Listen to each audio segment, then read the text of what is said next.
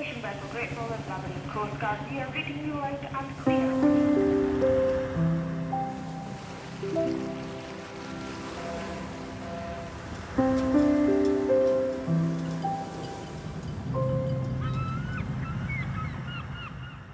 Welcome to Sea Views, and I'm really delighted today that I have Bill Moore from the P&I Club, the American Club.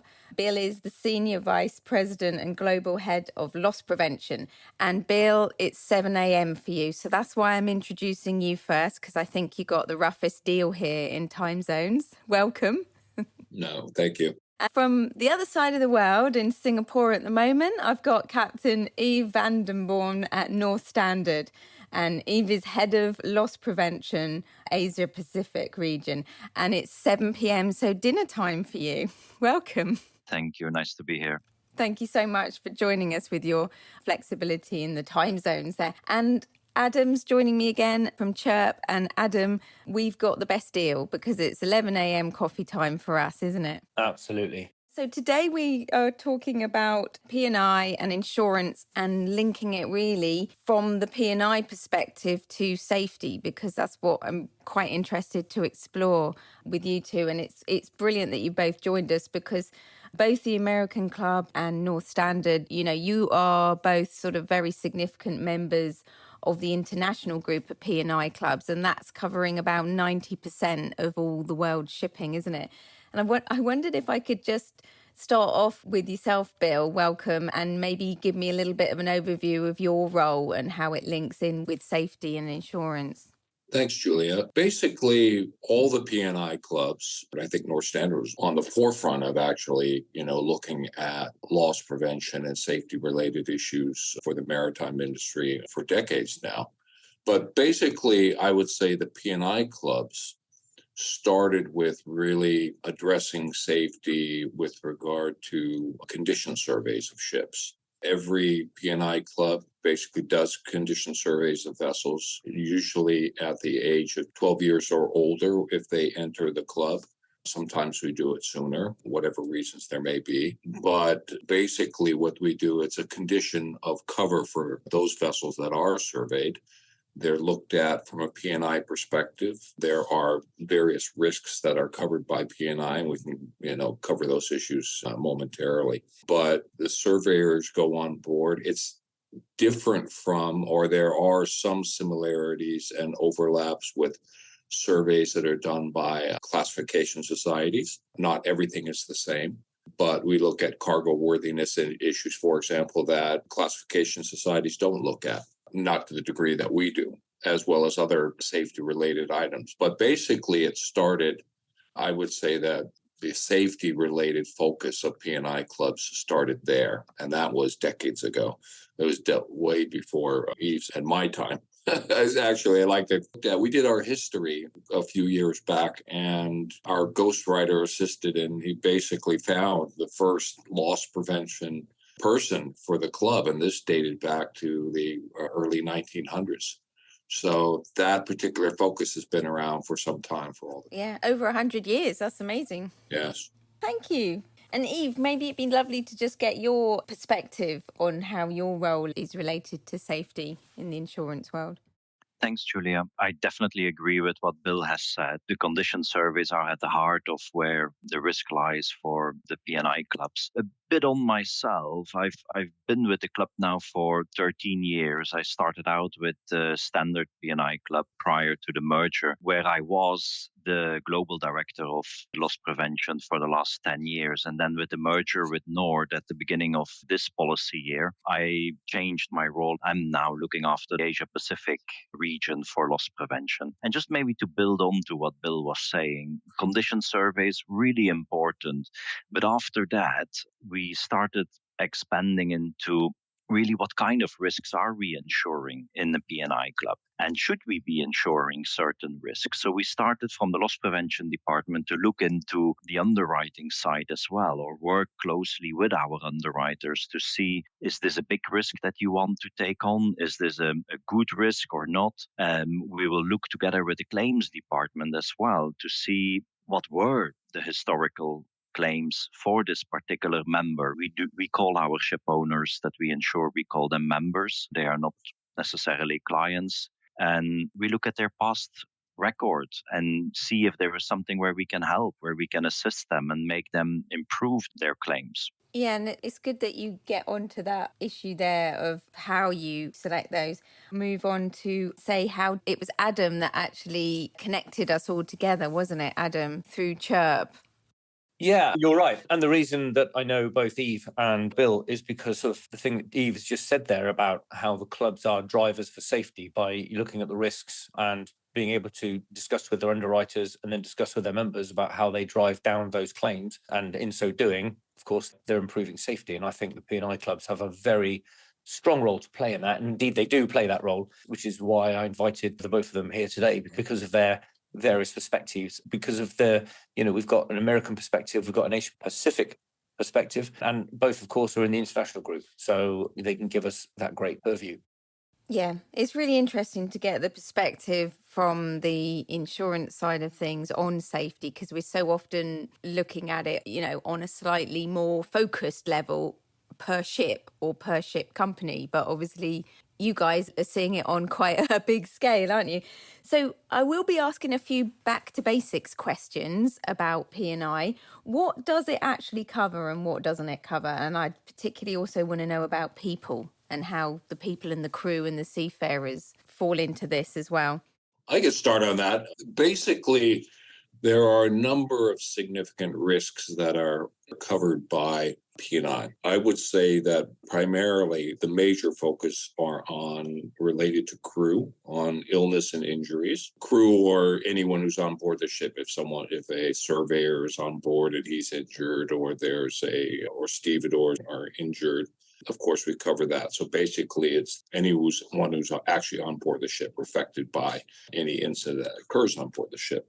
The personal injury and illness are basically a rule of thumb, about a third of the frequency of our incidents and another third as far as costs. Then the second thing, which is about a third of our incidents and a third of our costs, are related to ship owners' interest in cargo. So basically, if there's an incident that occurs on board the ship that the ship owner is actually liable for, that damages the cargo. A good, easy example of that is, let's say, vessels loading rice in Thailand, for example, and the cargo hold hatch covers are open, and there's a storm that comes, a quickly approaching storm that comes, and they can't get the hatch covers closed fast enough. And let's say some of the rain damage affects the cargo. That's the ship owner's liability in that they were not able to get the cargo doors closed. So that would be something that would be very much a P&I related issue. And then there are a range of other issues and concerns. Pollution, for example, is another big issue, primarily, oil pollution, those types of things, the cleanup related matters, those incidents. Then we have stowaways. We basically manage those types of cases. Then there's another significant issue is wreck removal. If a vessel, let's say, runs aground, a simple example, vessel runs aground, the vessel is able to be removed from the rocks. That's a salvage issue that's normally covered by hull and machinery. But if it becomes a wreck and it needs to be removed as a wreck, then that basically becomes a P&I related matter. There are other things. I could talk for an hour just on that, which I won't. But I would say those are primarily the most significant. Of course, there's deviations also. If you need to deviate for one reason or another, pick up someone who's, another distressed vessel, or you have to deviate for any number of reasons. That's also the costs associated with that are also picked up by the P&I. Then there's something called freight defense and demurrage. Those are basically contractual issues. That's not directly a P&I. That's a separate cover, but is handled by most P&I clubs. Or all P&I clubs do some FD&D related issue. That's why we have our lawyers. A significant number of our lawyers deal with those matters. So that's a brief summary. There are other related risks. Maybe Yves might have others that I left out.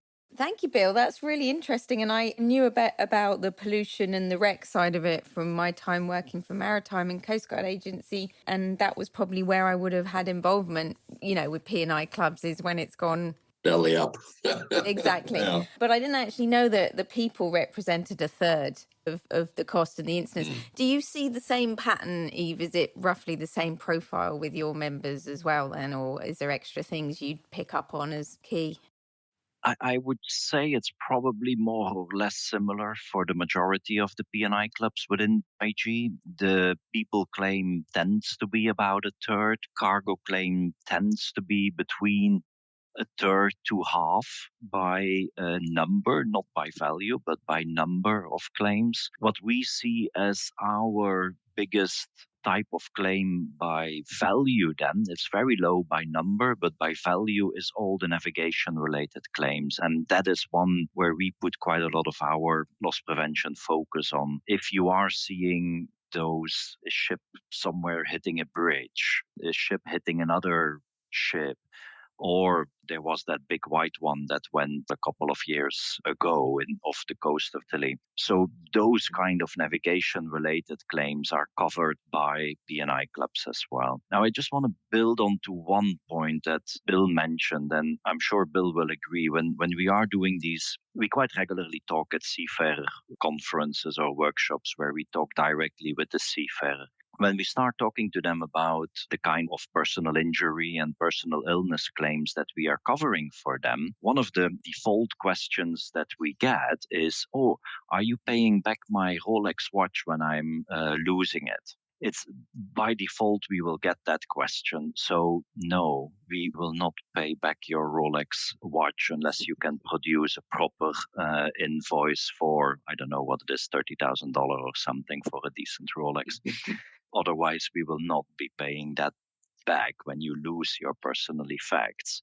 So one of the differences for personnel claims as well is that they are very different from nationality to nationality. And from a P&I perspective, we pay back or we reimburse our owners for expenses as per the crew contract. So there is no common denominator between the various different types of reimbursements we do for crew. It very much is as per what is agreed between the ship owner and that seafarer in the crew contract. That is what we, from a P&I perspective, reimburse. Okay. I mean, the people side of things, while we're talking about crew and seafarers, there's obviously the physical injuries as well. Have you seen an increase in issues related to mental health?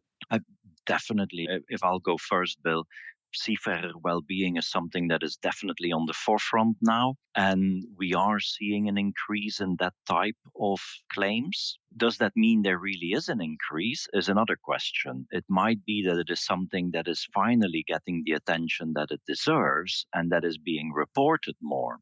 And it can be that previously similar issues were happening, but the seafarers were just simply not reporting them. So I think it is good that these things are now being reported and that the industry as a whole is putting the emphasis on well-being that it actually deserves. Maybe thank you to the pandemic as well, that definitely put the spotlight on it, on the importance of making sure that you have mental well-being in place, physical well-being, social well-being on board. I think that is a really good thing now in the industry. That said, there is a lot that still needs to be done by the industry to properly make sure that the seafarers are getting what basically we on the shore side are taking for granted. Bill, could I ask you your perspective on the more mental health issue type side of things for seafarers?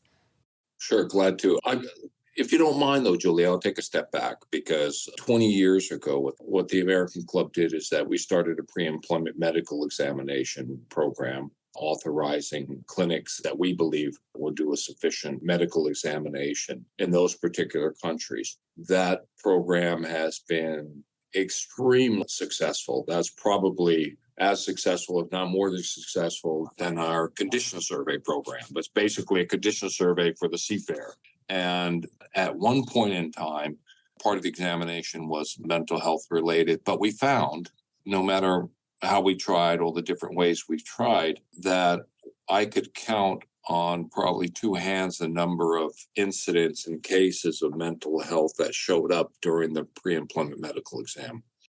They go to the clinic, they're there for half a day. There's nothing that can really be properly diagnosed under those particular conditions. So we've removed our mental health related component of our pre-employment medical exams and tried to refocus our attention on greater awareness. We have 2 mental health guides. We have another that will be released next week because our Safety Environmental Protection Committee of the club basically said they'd like for us to prepare something more directly related to, if something happens on board a ship, what are the things that masters and fellow crewmen should be looking for as far as stressors and triggers, and then what should be done should there be an incident or something that they see may evolve into an incident.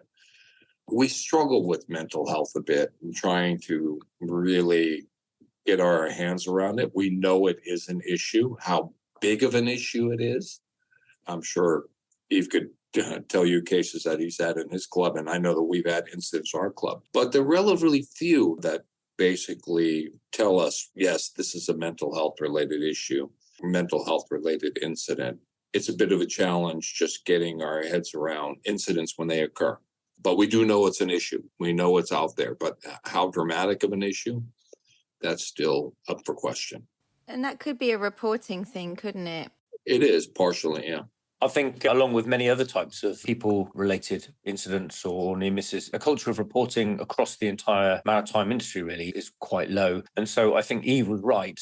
I don't think the incidents of mental health, etc., have gone up. I think it's just being better recognised, more awareness, and certainly the guides that Bill discussed, we'll put them in the show notes, put a link to them, because by raising awareness, that does drive an increase in reporting. And, reporting isn't just important for the individual seafarer, although clearly it is. It's also important for the industry because getting trend analyses and actually understanding the state of play across the entire maritime domain is the only way we're going to drive meaningful improvements. Can I just add on to this point as well, that something that I mention quite regularly when we are talking about types of claims, things that were happening, one thing we cannot forget, and I'm sure Bill is going to agree with me on this, I stopped sailing 20 years ago. It's a different generation that is at sea now. They have different priorities. They have different demands compared to when I was at sea 20 years ago. Internet didn't exist. I barely had a mobile phone in the days. I was totally normal that I could not contact my family for a couple of months because I didn't know any better. Now it's a very different generation, and that's something that we need to recognize. This generation of seafarers, they want their well-being to be in order as it should. So they are making more demands and they are going to report on the issues if there are problems. So I think that is a change of generation, a change of focus, and that is causing all of the clubs now to similarly provide guidance on this. Yeah, attitudes and expectations have definitely changed, haven't they, with each generation? Oh, yeah. There's quite a bit of discussion about bullying and harassment of seafarers at sea recently, and also women seafarers. So I know in cargo shipping, they probably only represent something like 1% of seafarers. We've seen reports and research that says they are actually suffering, quite high levels of sexual harassment and sexual violence as well. I mean, would those become issues as well, or do become issues and covered by P&I as well?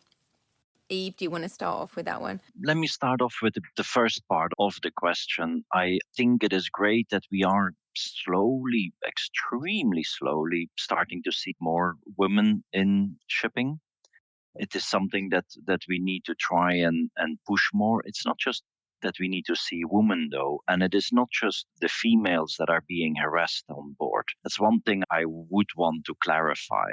Anybody on board can get bullied, harassed. There are not just the gender, there is the sexual orientation, there is the religious aspect to it, there's cultural differences, and any of those can feel or get bullied by others on board. So it is something from a wider diversity and inclusion perspective that the industry needs to work on. And I think this is something where ship owners need to, first of all, have no tolerance if anybody does something that is not acceptable. And secondly, needs to provide guidance and training to the seafarers. But again, it really starts at the top of the organization. It starts at the top on board the ship with regard to managing and making sure that, not only harassment and bullying and sexual harassment too, of any form, is basically starts at the top of the organization. And definitely, it really is where the rubber meets the road, is with the captain, the senior officers on board the ship. They have to be very well aware and very sensitive to these particular issues. There should be better training on that. I know the American Club is preparing some things on this now, particularly on the sexual harassment side. So, yeah, but I concur with Yves with regard. That's basically how it's handled on a P&I, from a P&I perspective. I'm glad you recognise, or that your perspective is that it has to come from the senior management and the shipping company, because there's quite a lot of talk about, can we train seafarers to be better at recognising it and looking after themselves, which might help a bit, but they don't have a lot of power, do they, as an individual on a ship away from home? So, it needs to be a sort of company-wide, sort of industry-wide thing, doesn't it? I'm going to throw in something else that I'm quite interested in. And I did do a podcast on this previously, which was green fuels and what's coming in the future and the move towards green fuels in shipping. Some of the fuels have got their own associated risks with them as well, for vessels, for ports, and for seafarers, basically. Is this something that's big on the radar for P&I at the moment?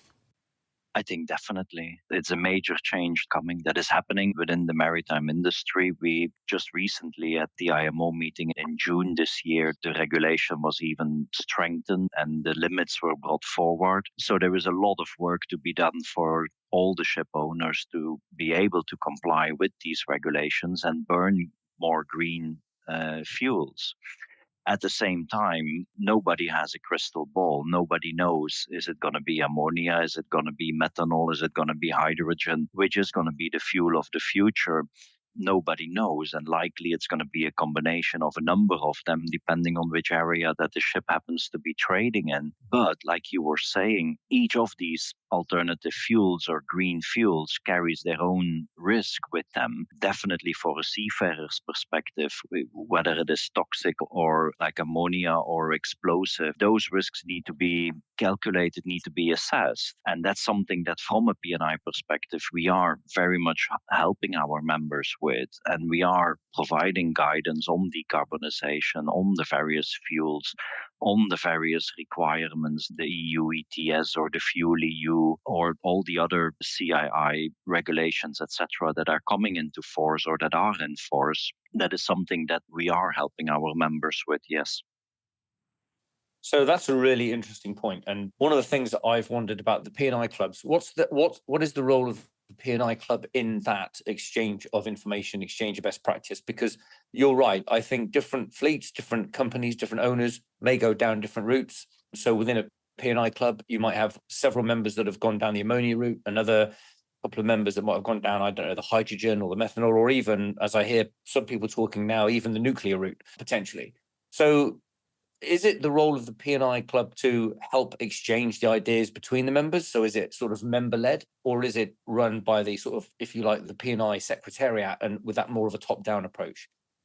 Here's how we've basically addressed any technological change, any major regulatory impact, whether it's decarbonization, ballast water management, IMO 2020, whatever the subject may be, scrubbers, all these different, for lack of a better term, advancements in the industry. I basically say, okay, this particular matter is changing. This regulatory environment is now becoming, much more significant.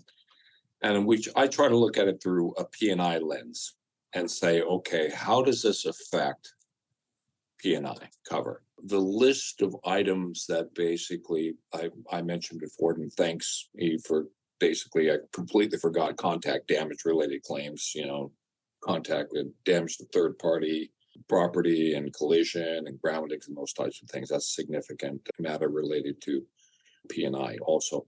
But that list of items plus, Yves' addition do these particular changes or these particular regulations have an impact on those risks that we cover?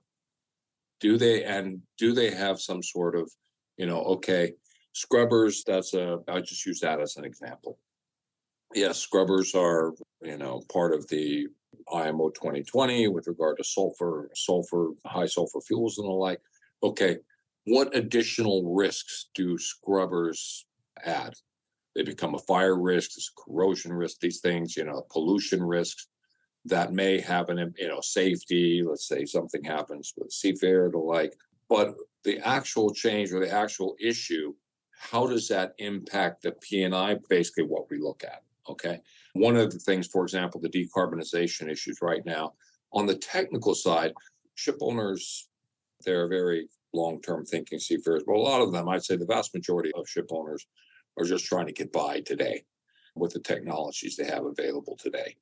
The far off and the distant issues, with new builds, there's going to be issues with financing, green vessels, contracts right now, contracts and charter parties.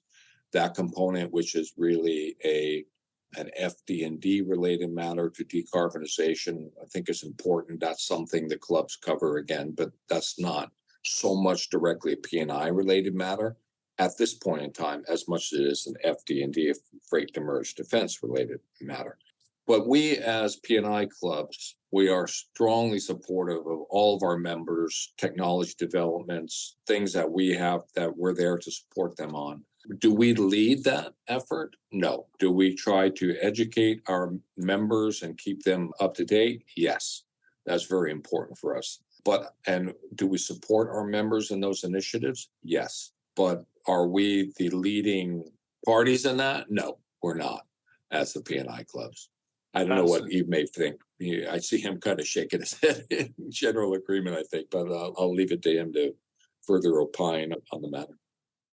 I definitely agree with what you were saying, Bill, and I agree with how you explained that we are looking at how these new technologies are affecting the risks that we insure.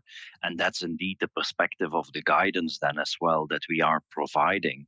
We are not going to go and give an explanation on the technical use of ammonia on board.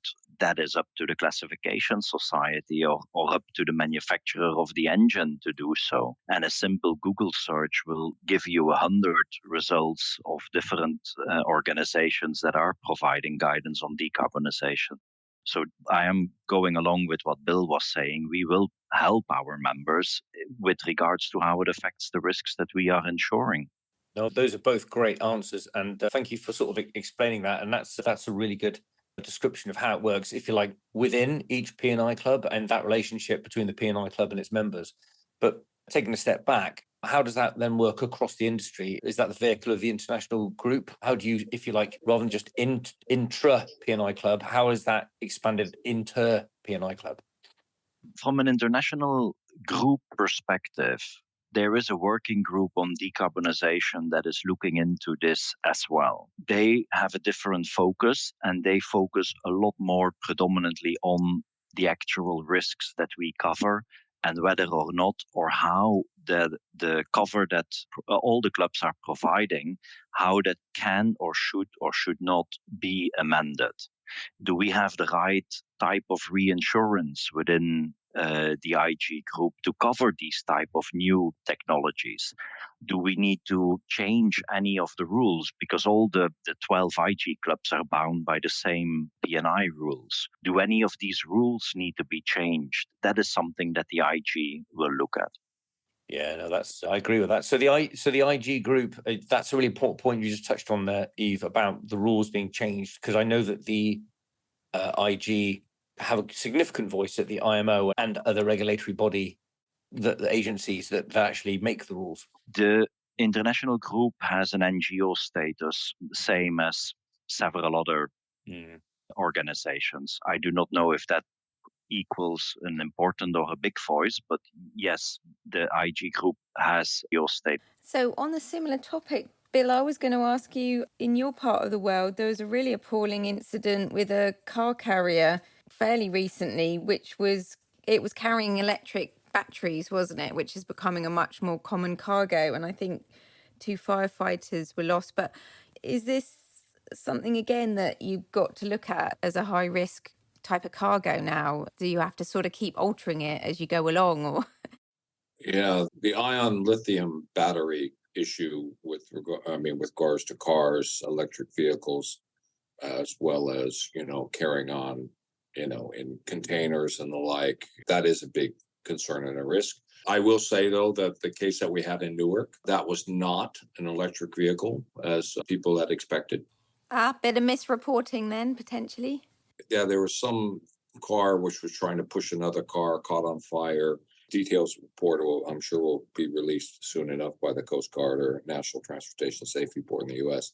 But that was a bit of a surprise. I expected that to be an electric vehicle. But electric vehicle concerns are huge for the industry. The American Club, we don't have too many car carrier related members. I'm sure Yves may have more to say about this. It is a concern. I don't know whether we didn't really touch on this matter, but it really is a concern for all the clubs, no matter how big they are, and what their fleet profile look at, because we have what's called a pooling agreement. Any claim which is above $10 million up to, just keep it simple, any claim above $10 million to $100 million, that $90 million range is basically covered by all the P&I clubs. Basically, they pool that together. It's called part of what they call the pooling agreement.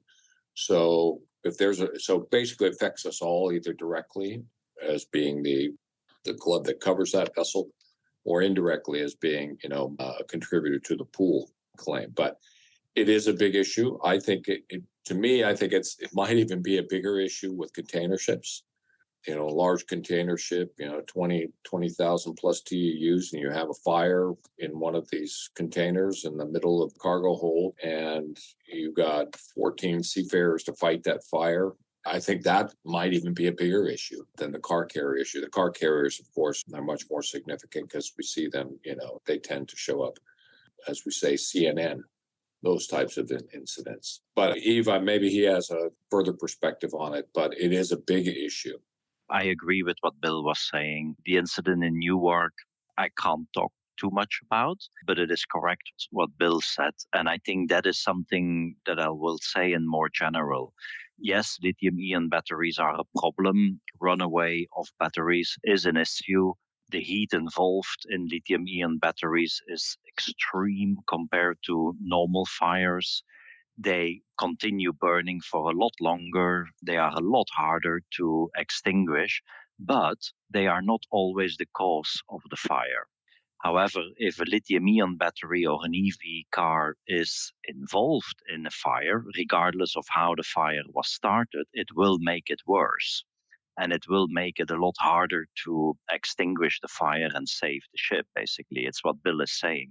If you are on board with a group of 15 or 18 crew, and you need to try and do the firefighting, that is not fun.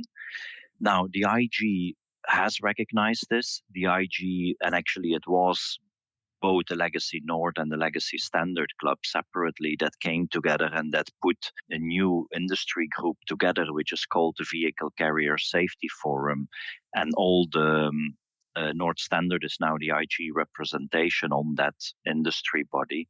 There are a number of the major car carrier operators in this. There are experts involved, etc. And they are looking into providing guidance with regards to the carriage of ICE, so the normal internal combustion engine type cars, and the EV cars. So this is something that is being looked into. Separately, there are other organizations looking into new firefighting methods. If you look at it, you will see people on a big car parking, open space, pulling a kind of a rug, I would say, over a car to extinguish the fire. That works really well, except that on a ship you don't have the space to try and get in between a number of cars and put that over the burning one. So there are things being done to come up with new firefighting ways to extinguish these fires. There are also new battery types that are being produced in the market, which are less susceptible to thermal runoff, so that are less likely to cause the fire. So it is being looked at from a variety of different ways. Yeah, I'm sorry, just to add one little point of the thermal runaway issue, particularly with lithium-ion batteries, that they say the best way to fight those fires are with copious amounts of water. And of course, that doesn't sit well that's great when you're doing that in a parking lot, on land. It's a completely different matter, as we know, on board a ship. Yeah, you want to generally keep the water outside, don't you? Exactly. This topic that we're talking about, it inevitably leads us to talk about worst case scenarios. That's the world you're working in. There's a lot of turmoil in the world at the moment. There's the situation in Ukraine, there's Israel and Gaza region as well at the moment. I wondered, what is the definition, or how do you deal with that in terms of insurance for your members? So what if vessels are carrying aid to take to certain parts of the world? I mean, obviously they may be going to risky areas. Do you protect them or support them, or do they have to come off your books if they're going to what you might class as a war zone? Yeah, basically, well, if it's considered a war zone or possible war zone, I mean, there's a separate P&I cover called War P&I, and that, again, we could talk for another hour on. Okay, so that comes down to a definition thing of what's a war zone. Yeah, there are, no disrespect to Yves, probably both of us are probably not as well qualified to talk about the details of that issue, but generally it is a covered issue. I mean, one thing we do see, like piracy and seafarers capture, that's considered normal P&I, and when they're released, and there's PTSD related issues, medical issues, that's normally covered under normal P&I. But for war zone related matters, there are some issues about the Black Sea corridor and the like. We haven't seen any significant, we meaning at least as far as I know, then this is, I think, for the IG in particular, we haven't seen any significant. We see cases where there's been vessels that have been hit by rockets and the like, particularly early on in the conflict, but vessels that may be hit by mines and the like. But as far as I'm aware, that's covered under war risks, war P&I, which is separate from the normal P&I. Some of the things that I read in sort of shipping media, and there's talk about a dark fleet of vessels that might be doing things that the international world doesn't want them to do anymore, such as carrying Russian oil and things like that.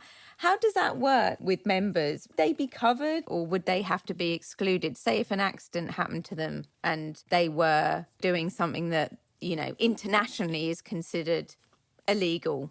That's a really easy answer on that one, Julia. Yeah. The moment that a club becomes aware that a member, or any ship owner that we have on risk, is carrying a sanctionable cargo, whether it is from Russia or from any other, whether it is primary or secondary sanctions, the moment that we are aware of that, that ship is automatically off risk from the date that the cargo was loaded. So even if the incident happens, let's say today, we are notified of one of our members having a large oil spill, we find out that it is sanctionable cargo, then that ship is automatically off risk, backdated to when the cargo was loaded.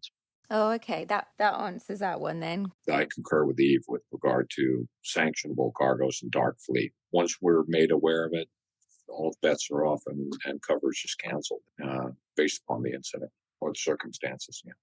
If I can add on, sorry, Julia, if I can add on to this, the dark fleet, those ships that are actually part of the dark fleet are most likely or most assuredly not insured by any of the IG clubs because of exactly the reason that we just said. They know that they would not have any cover.